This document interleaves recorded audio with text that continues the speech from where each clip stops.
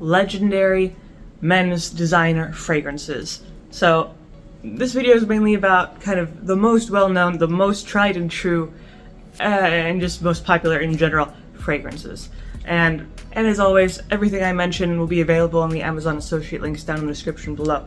Now, I have to get two out of the way from the same brand just because they're so well known, they're so popular, and they've really stuck around to be worth mentioning, which is Versace Eros and then Versace Dylan Blue.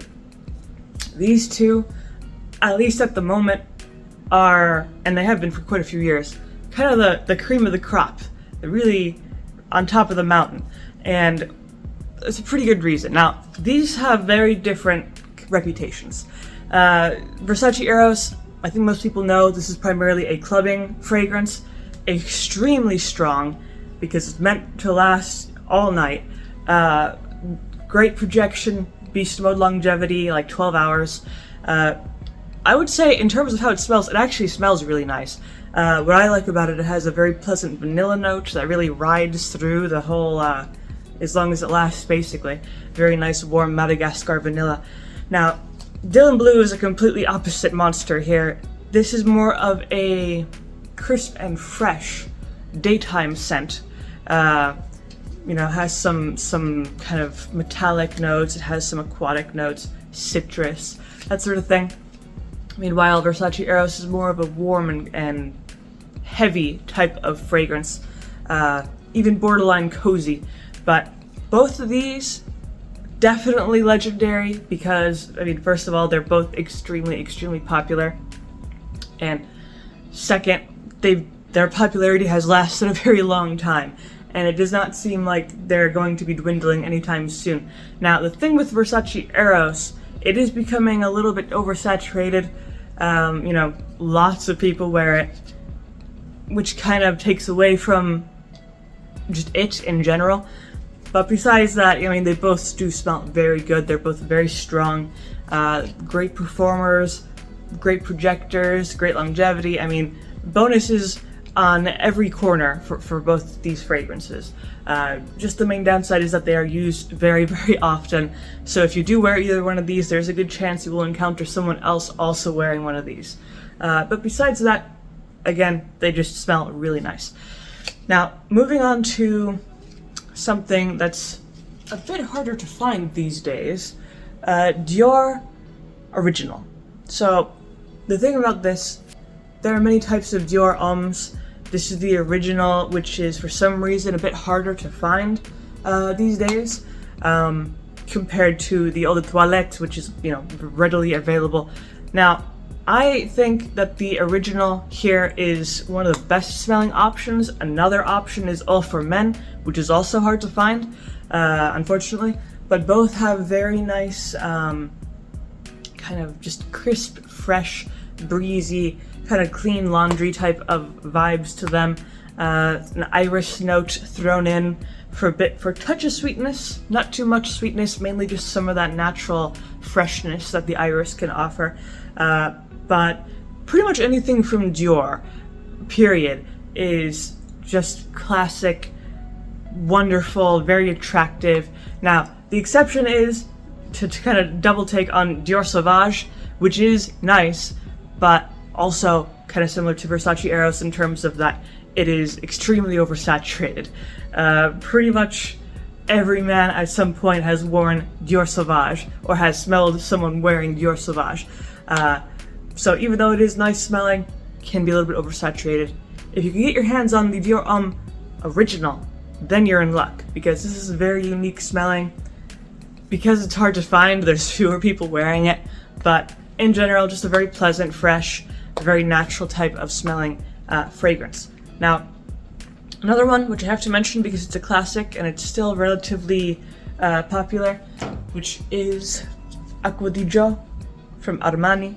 This is a classic. This is kind of the OG, very fresh, aquatic, Italian style type of fragrance. This is perfect for the summer just because it's so, it smells like summer. You can imagine going to the beach, that fresh ocean air coming at you. It also has some herb notes, has some rosemary, has some citrus notes in it, some wood notes.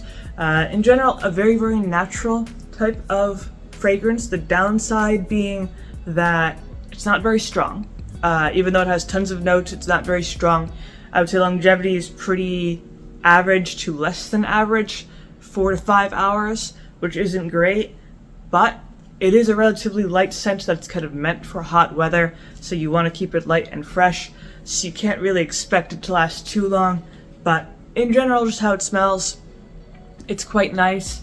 It's not as popular as it used to be in the 90s, but still relatively popular, well known, and that sort of thing. Now, going on to something that I quite like just personally, which is Valentino Uomo. This is an absolutely delicious men's fragrance. It has some very nice notes, like mainly some really heavy notes, but there's also some myrtle to kind of balance it out. There's some bergamot and also some leather, which really warms it up, gives it a certain rustic tone to it. Definitely a very masculine scent in the kind of traditional sense. Pretty powerful as well. I would say 7 to 8 hours of longevity, really good projection, and also has a coffee note, which really, really balances out the leather note. You know, they kind of push and pull each other. So in general, a very, very pleasant fragrance. Now, in terms of its usage, I would definitely say it's more of an evening fragrance or a cold weather fragrance, just because it's so heavy and kind of warm. It'd probably be a little bit too strong to wear, you know, in hot weather like midsummer. But other than that, kind of just more on the cold weather side of things. It is pretty versatile. You know, you could easily wear this going to dinner, going out with friends in the evening, that sort of thing, going out to the movies. Just a very pleasant fragrance, and definitely balances between casual and formal. You could use this for both. And